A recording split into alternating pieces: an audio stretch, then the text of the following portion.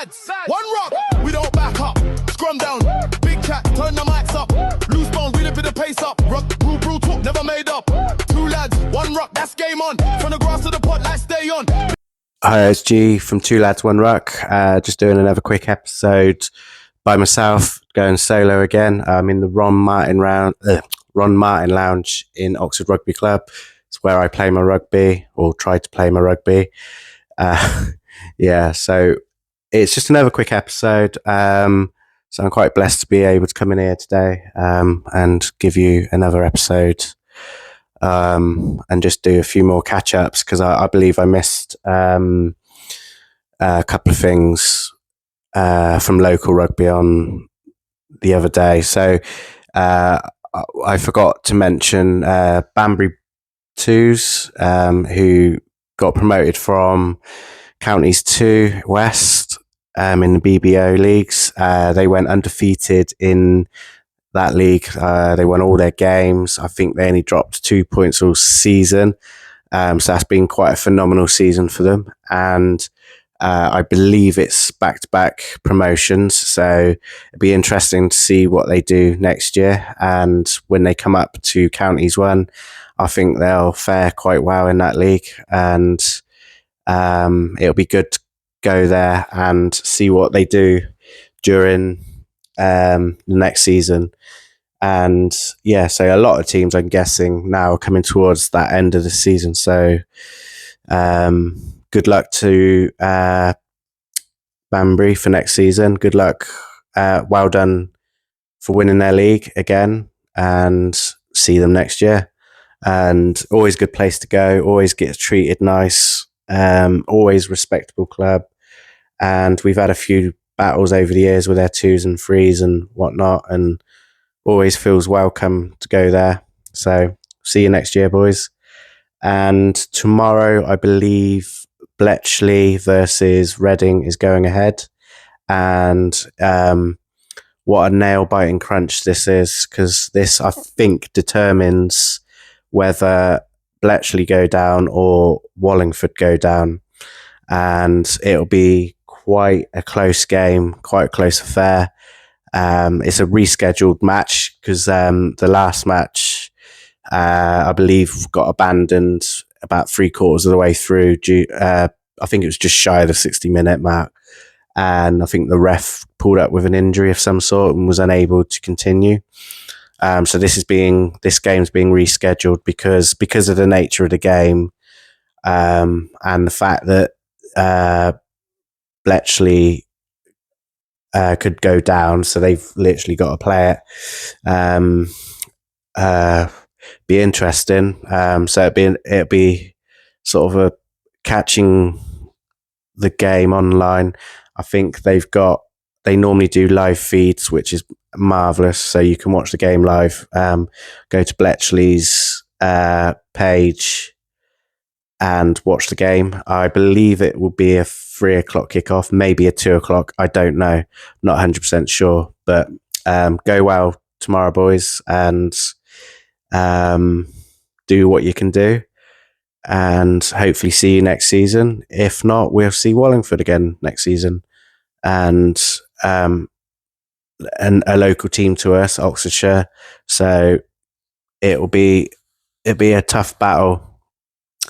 And I don't know who's going to win. So they're facing a good Reading side. And yeah, good luck. Good luck, Bletchley. Good luck, Wallingford. And yeah, so that's going to be that. And so tomorrow, I'm guessing a lot of clubs up and down the country will be celebrating their end of season dues, end of season awards. Always a good time of the year. It's a nice time to take time off, and we will look forward to it tomorrow, and you'll see who wins our player of the year and all that good stuff. And we'll have a good drink, good few games, raise a bit of money for the club, and hopefully all your awards across the country go really nice. and yeah, recharge, reboot. Hopefully, we'll see many faces return next season, and not have many retire. Seems to be a few clubs at the minute around the country, around Oxfordshire in particular, who certain players are retiring, coming to age, coming to the end. It comes to us in the end, really. I'm close, basically. And it'll be a good night. And come down tomorrow if you want at Oxford Rugby Club. Come and have a few beers. You don't have to be associated with the club, but there'll be no space for the dinner. Dinner's fully booked, which is good, and it raises some money for the club. We will see a few old heads, a few new heads, and it will be a real good day. And by the looks of it, the weather, hopefully, fingers crossed, is going to be a lovely day tomorrow, and it's gonna be a good day. And so rugby for this weekend there's no Six Nations for the women this weekend. I think that they got a week off this weekend, which fully deserved. And I think they replay the fourth round, I believe it is, next Saturday, so the 8th or the 9th. I can't remember what day it is next week. 8th, I think. 9th. Yeah, the 9th. Getting mixed up here. But England, I think England will win for sure. Be shocked if they don't. And yeah, I just think I can't see England not getting a Grand Slam. I think the team that might stop them would be France. France is probably up there with the top two teams in Six Nations, I would say. And for Benny, Wales, I think if they finish 4th or 3rd, would be a good Six Nations for the Welsh women. Can they do it? I don't know. Who knows? But it'll be nice to see the progression, to be fair. And yeah, so Six Nations next week.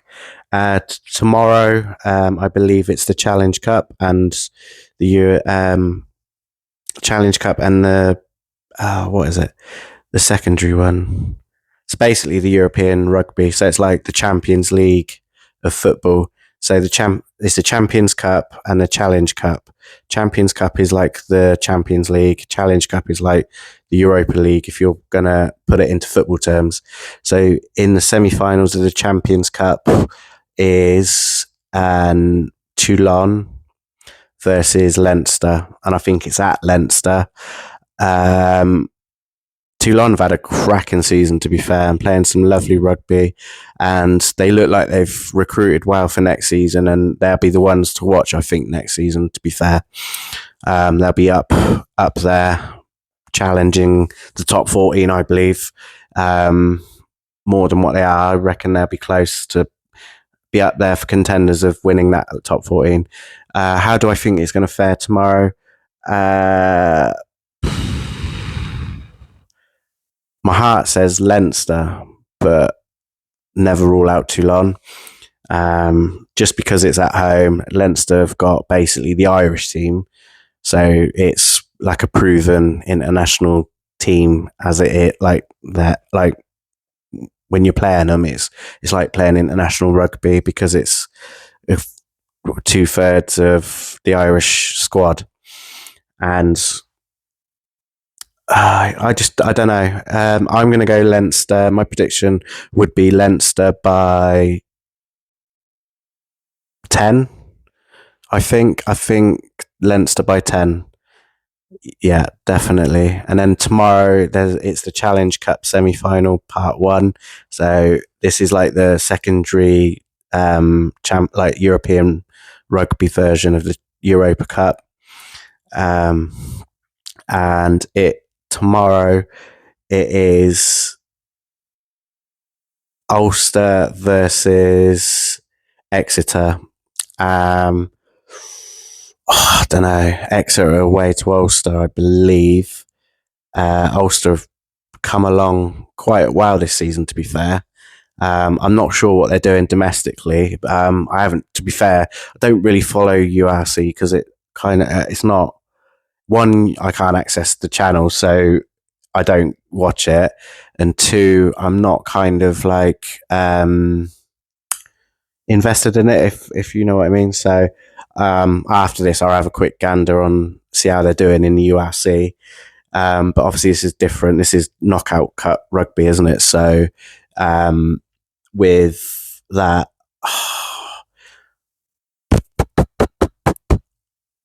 I would love Exeter to win, but I think Ulster might win by 6. I believe 6. It'll be a close game. Knockout rugby tends to be close or massive. There's like no in between, and so that follows on for the Sunday. The Sunday, it is Bordeaux versus Bath. Bordeaux are at home. Easily the best team in Europe at the moment by a mile. I think Bordeaux probably will win by a good margin, probably 15 to 20 points. I think I just think there'd be too much for Bath. I think Bath's the best team in England, or roughly they're the top 2 definitely. I would say Northampton Saints currently are England's top team at the moment, but it all matters at the end of the season, basically, when that Prem final happens. And yeah, I do think Bordeaux too strong, hostile crowd, away from home. I just don't see Bath doing it. And but if anyone can beat them, it would be Bath. But I just think 15 to 20 point win margin in Bordeaux's favour, if I'm honest. And the next semi-final in the Challenge Cup, I can't remember who that was now. I did check, but I've forgotten now. I think it was Montpellier, and they were taking on, I can't remember who it was, but instantly my head thought Montpellier anyway. So it'll be interesting to see how the results go. I'm going to go Montpellier by 12. I can see them doing them by 12 points and going through to the final. And yeah, so it's just a quick one, really. Rugby in general, it's good at the minute, isn't it? So obviously there's no Prem this weekend. It's all the European Cups, and we will. I'm looking for a co-host because I find this hard. I said it in the last one that it's difficult when you're filming by yourself. You need someone to bounce off you because it's difficult. It becomes quite monologue. Probably appears to you a bit not great, but I'm trying my best. And as soon as my boy comes back from work, which is a couple of months away, it'll be back to normal, having a laugh. Me and him rubbing each other up the wrong way, as we do, or agreeing or disagreeing. Mostly disagreeing. We both. So, just like a little insight to me and Benny, we've been friends for, he said over 17 years. So probably coming up 18 years now. And we've just been best mates ever since, really. Well, we're not just mates, we're close. And that's what rugby does. It brings you close to your mate. And when he retired, that broke my heart, really, because it's like you get into that stage where you're getting old. And it is a young man's sport, and it's good to see young players coming through. So we got two at the minute, in Ewan Phillips and Zach Dudhill. Both are Ewan from the kicking slot. I think he's missed 1 out of 12 kicks that he's taken so far since playing for us. I mean, unreal. No, it's got to be more than that, actually. 3, 6, so you got 7 out of 6, 9. Yeah, it must be like 12 out of 11 out of 12. I mean, that's fucking phenomenal for kicking. It's one thing that we've struggled in the first team, I believe, this season. I think you don't realise how kicks can win you games, or at least keep you in some of the games. I think there was a few times this season where the first team were close in games. I think one that stands out in particular, I think, was we were at home against Reading, I believe, and I think it ended up that we were within 3 points, or they'd beat us by 3 points. I think it was like 34-31. It was close anyway. And basically, all Reading did was every time we gave them a penalty, their kicker was just kicking for the posts, and he was just having a field day. I think they didn't score many tries, but where they had a kicker that could just slot it anywhere, you just saw the biggest difference. And I think there was a few times this season where we'd missed so many kicks, scored lots of tries, but the conversion rate wasn't great, or like the penalty kicks wasn't great. And I think hopefully go away over the summer, and some of the lads that were taking the kicks, they're gonna have practice, and hopefully next year get a better conversion rate. And I think we'll hopefully win more games.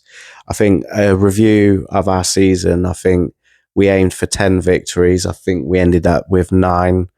It was a bit of a weird league this year, to be fair, because from about 4th or 5th to where we were, or right up to even near second bottom, everybody was beating everybody. The only teams that were really consistent were Chinner, Wickham, and Henley, but they did lose some themselves, but they were more consistent over the year. But the other teams, it was like, it just didn't make sense. Like, we would beat teams and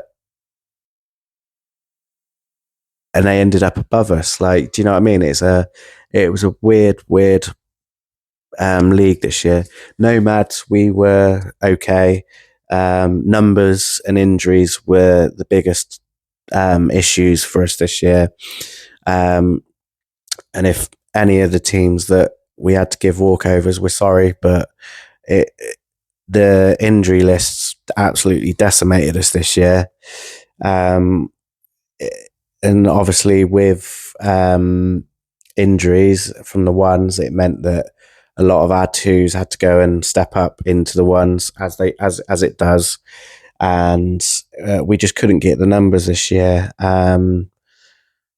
Partly, I think next season, hopefully, we'll build and we'll recruit really well. We're going to keep the base of the team. There's 1 or 2 leaving due to like one moving back home, two's another one's doing another sport, and he just can't commit on the Saturdays. And that's it really. There's not many leaving. It's just yeah, you get it in all clubs, and we'll pick up some over the summer, and hopefully we'll get some gems, and hopefully we'll get some newbies who want to play rugby. If you're sick to death of football, quit. Just quit. Quit straight away. Honestly, just quit. Just come and play rugby. The camaraderie is second to none, and you make friends for life. You socialise. It's great. And going back to Benny, so going back in the full loop, me and Benny first met each other at Abingdon Rugby Club. I joined back end of 09 season, 09, 08, 09 season. So like at March, I believe I was there. I started there in 09, and I think Benny had started at the beginning of that season. So it weren't until probably when we went into the 2009, 2010 season where I got to know more people at Abingdon. And me and Benny just took an instant like to each other because we've had both similar backgrounds in terms of not where we've brought up, but the way we've been brought up. And we just loved having a laugh, you know. I mean, like it. Like I've got other mates in rugby, but I think me and Benny drew to each other because of how similar we were. We didn't go to private school. We didn't come from wealthy families. We didn't live in the best areas. We didn't, and we just had similar mindsets. Like we are like two peas in a pod. And where Benny is, I am, and where I am, Benny is, and that's the way we've been from day dot. And now he's a dad. I mean, it's great. I always knew that he was going to be a great dad, and bless his daughter. And yeah, that's how we met, and we've been mates ever since. Even so, like we both left Abingdon. He went to Grove because he wanted to play higher rugby. It weren't for any reason at Abingdon. It weren't like there wasn't issues. He went off to Grove to play better standard of rugby because he just wanted to see how far he could go.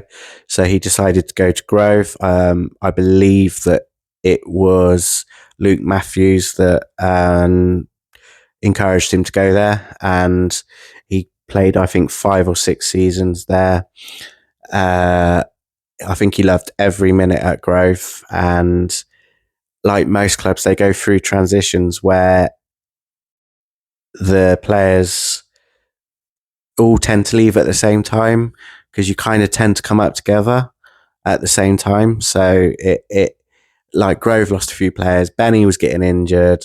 He took a year out, said that he was coming to Oxford, and he finished here at Oxford. He's had a cracking season, and I just feel that he's got more in the tank, but life will be life in, and he's got to prioritise his family at the minute, and that's the only reason why he retired, was that his work was getting on top of him, and it's just the commitments of having a newborn. As everybody that has a child knows, it's difficult trying to manage work, manage manage a newborn, and then also finding time for your partner, stroke wife, stroke however you want to like call your missus. And sometimes it just, you have to give one up, and rugby was one for Benny, because he wants to be an active dad. He wants to be there, and I, hats off, think that he's made the right decision, and he'll be down the club, and it would be great to see him, and he'll have a few cameos here and there with me, because not play all the time, but he's going to play like one game here and there. probably like a couple of games, if that. But yeah, this season I need to contact Abingdon because I want to play Vets Rugby for Abingdon. I want one more game to sort of like sign it off and play with some of the old friends that we used to have at Abingdon. If they've got a Vets team, I don't know if they do. They should do. They normally do. They have done ever since we've been there. Maybe Benny will have a run out for Abingdon one time as well, like me. But we do need to get in contact. And with the guests, like some of the, we're going to some stories, but like the stories, I can't really give you stories at the minute because the stories we need, like we bounce off each other and we egg each other on, and it don't feel right me sitting here telling you our stories or stories that we've heard or seen or been a part of. But I'm desperately looking for a second person, and I might just interview someone without Benny, just so I can keep the content regular. So if you love rugby, you love talking rugby, you love being around rugby, we'll contact our club chairman, and we'll get you down in this seat right here. We can chew the fat about rugby, about the latest rugby, about men's rugby, about women's rugby, grassroots rugby. So I just need to look through our list on our chat and message that particular person and try and organise a date. I've been pretty poor at it at the moment, just life getting in the way at the minute. So hopefully be a bit more active in that. Hopefully you enjoy your end of season do's. Don't get too drunk. Don't get too silly. No, actually do that. It's what makes rugby. And if you are new to the area and you're watching the pod, come along to Oxford Rugby Club. I'm going to be biased because it's my team, but do come along. Come and visit us. Come and join us. We need a few big boys. Big boys is in terms of like we need some props. Like most clubs up and down the country, props are a dying breed. And we need some props. I don't know what it is. We need some big boys. Big boys, you need to get out and come and play. But no, we're looking for all players. We're looking for players that have played level 4, level 5, level 6, level 7, level 8, level 9, whatever. Or if you've even not played rugby, just come down. Message us on social media. Follow us on our social media. Just come down, get involved, build lifetime friends. If you're struggling mentally, which a lot of us do at rugby, the good thing about rugby is it's a brotherhood. It's men with men. And we also have an active culture. We have a good bunch of girlfriends, wives, partners, husbands, family who also join us in the socials. It's not just rugby player socials. It's socials we try and basically, which I run. Admittedly, I've done okay this year. I think I could have been better. But hopefully I'll go again next season, and hopefully we'll get more socials in. But they tend to be sort of fought around partners and family to be involved, and obviously raise some important cash flow for the club because, like most rugby clubs, we rely on volunteers, we rely on sponsorship, and we rely on the sort of social culture from the rugby. And but it's a good laugh. Get involved in rugby. If you're not from Oxfordshire, then look at your other local rugby clubs, not just ours, but just look around. But if you're in the Oxfordshire area, give us a call, give us a shout out, whatever you need, get involved. If you haven't played, get involved. And yeah, that's from that kind of thing. And with our social media, we're desperately wanting to get to 100 subscribers. That's mine and Benny's first goal. So we're on YouTube, we're on Spotify. Spotify's not doing too bad at the moment. It could be better, but it's quite hard to use Spotify actually. When you're trying to upload these videos, it's not as easy as you think it is.